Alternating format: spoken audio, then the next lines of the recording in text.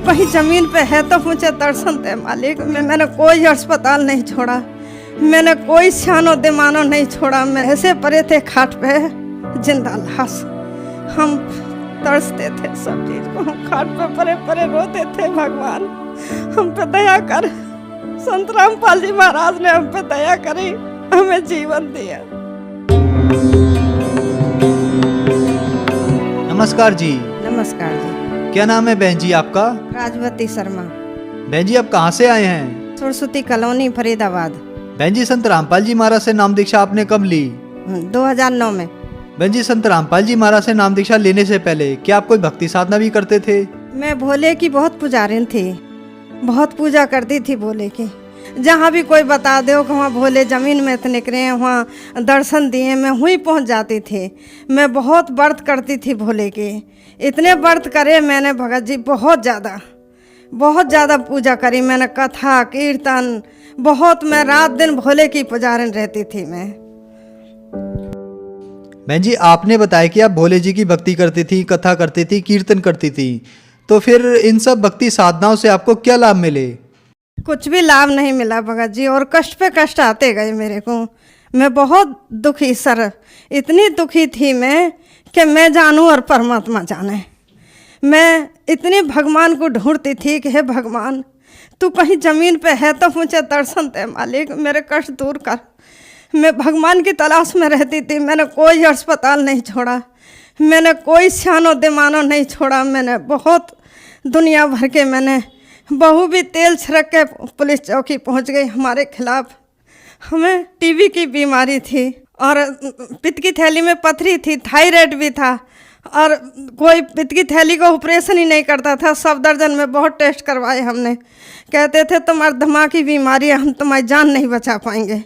हम सफदरजंग से भी वापसी आएंगे, ना प्राइवेट में ना सरकारी में कोई भी हमारे ऑपरेशन नहीं करता था।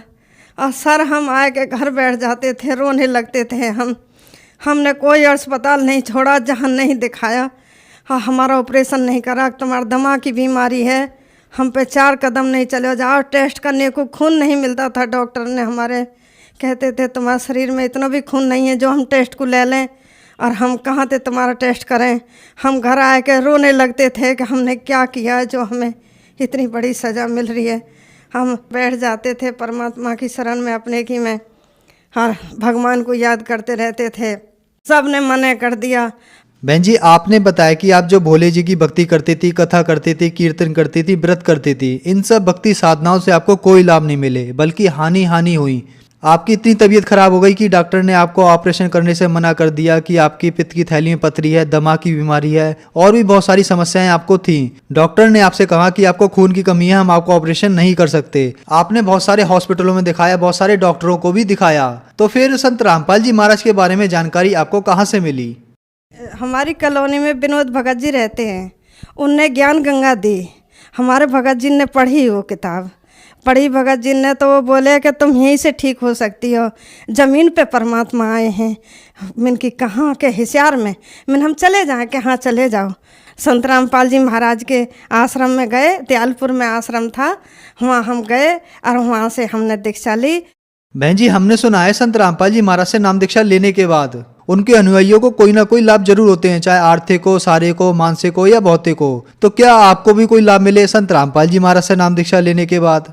बहुत लाभ मिले सर, बहुत लाभ मिले हमको, इतने लाभ मिले हमको कि बहुत ज़्यादा। हमारी जान बचाई मालिक ने, हमको मरे हुए को चिंता करा परमात्मा ने, मरे हुए को। हम ऐसे पड़े थे खाट पे जिंदा लाश।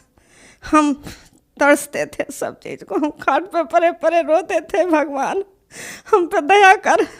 संत रामपाल जी महाराज ने हम पे दया करी, हमें जीवन दिया। हमें मालिक ने अपने चरणों में लगाया और सतमार्ग दिखाया। मालिक ने हमारी बीमारी खत्म हुई। बहुत बीमारी थी हमारे सर, हमको टीबी की बीमारी पहले शुरू, फिर हमको पित्त की थैली में पथरी और दमा, और हमारे ये रील की हड्डी जो है का, इसमें हम पे खड़े हो कर नहीं चले जाता था, हम झुक के चलते थे। और हम आज संत रामपाल जी महाराज से ना हमने कहीं ऑपरेशन करवाया और ना कुछ, अब पथरी भी पता नहीं कहाँ चली गई, ना ऑपरेशन हुआ, और आज हम मालिक की दया से ठीक ठाक रहते हैं और परमात्मा की भक्ति करते हैं। और बहू ने भी हमें जेल में बंद करवा दिया था, हम पे तेल छिड़क के पुलिस चौकी चली गई, हमें बंद करवा दिया, और इतना बड़ा जाल था कि हमें कोई नहीं बचा पाता। संत रामपाल जी महाराज हमें हाथों पे ले आए, कुछ भी नहीं होने दिया। बहुत बड़ा जाल था, हम पे तो मर्डर को केस लगता। आज हम पे मालिक ने हमें ऐसा बचाया, संत रामपाल जी महाराज की ऐसी दया हुई, क्या ये लाभ कम है। हमें मालिक हाथों पे लाए, हमारी बहू पे भूत था, और भूत के वहाँ में तेल छिड़क के पुलिस चौकी पहुँच गई, हमें बंद करवा दिया, और हमें मालिक ने ऐसा बचाया। वहाँ के माँ बाप भी हमारे खिलाफ बोलने लगे बहू के, हम मालिक हमें ऐसे ले आए बचा के हाथों पे, हमें कुछ भी नहीं होने दिया। और एक दिन हम थ्री व्हीलर में बैठ के जा रहे थे, तो हमें वहाँ थ्री व्हीलर का पहिया लेकर के भाग गया, थ्री व्हीलर पलट गया, कई पलटा मार गया थ्री व्हीलर, और हम सबके चोट आई, जितने भी वहाँ बैठे, हमको इतनी भी खरोंच नहीं आई। हम संत रामपाल जी महाराज के गुणगान करते चले आए, हमें कहीं भी चोट नहीं लगी। उनके सबके काई के हाथ टूटे, काई का पैर टूटे, कई बैठे थे उसमें, और हमें कुछ नहीं होने दिया मालिक ने। हमारे भगत जी भी बहुत बीमार रहते थे, उनके खेत बेच दिया था उनके पिताजी ने, वो सोचते रहते थे बैठे बैठे, और जहाँ सोचने थे सिर में नस पे जोर पड़ गया, हुई नस में गराब पड़ गया। हमारे घर के इतने हालात हो गए। अपोलो नाम सुना होगा आपने, अपोलो हॉस्पिटल में 5 साल इलाज कराया था, सब्जी को काम कर कर के मैंने, और जब भी ठीक नहीं हुए हमें संत रामपाल जी महाराज की शरण में लाए। उनको हम वो 5-5 हम गोली खवा, एक गोली देते थे नशे की, और वो आते भी उन्हें नींद नहीं आती थी, एक महीना है जाओ उन्हें नींद नहीं आती थी, चक्कर आते थे, चलो नहीं जाओ हमारे भगत जी ने। और संत रामपाल जी महाराज की शरण में आज वो एक भी गोली नहीं खाते हैं, और खूब नींद भर के सोते हैं, खूब भगवान को भजन करते हैं।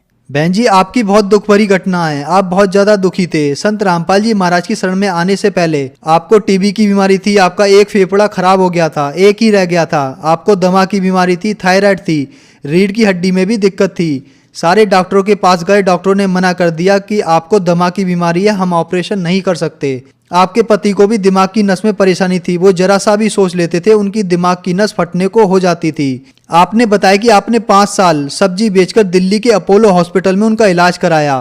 तो इन सब बीमारियों से संत रामपाल जी महाराज ने आपको बगैर ऑपरेशन के ठीक किया।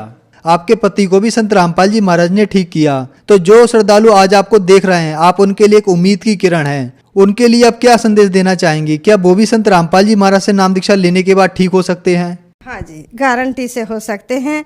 हम प्रार्थना करेंगे अपने बहन भाई से कि संत रामपाल जी भगवान, उनकी शरण में आओ, अपना कल्याण करवाओ, जैसे मालिक ने मुझे ठीक कराया, आप भी संत रामपाल जी महाराज की शरण में आओ और अपना कल्याण करवाओ।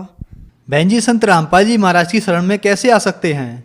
संत रामपाल जी महाराज के सत्संग आते हैं शाम को चैनल पे, वो एक पट्टी चलती है, उस पट्टी पे नंबर हैं, और जगह जगह नाम दाम खुले हुए हैं, और फ़ोन करो उस पर, जो पास में नाम दाम होगा वहाँ जाकर ले सकते हो आप। संत रामपाल जी महाराज जी से उपदेश ले और अपना कल्याण करवाओ। धन्यवाद बहन जी।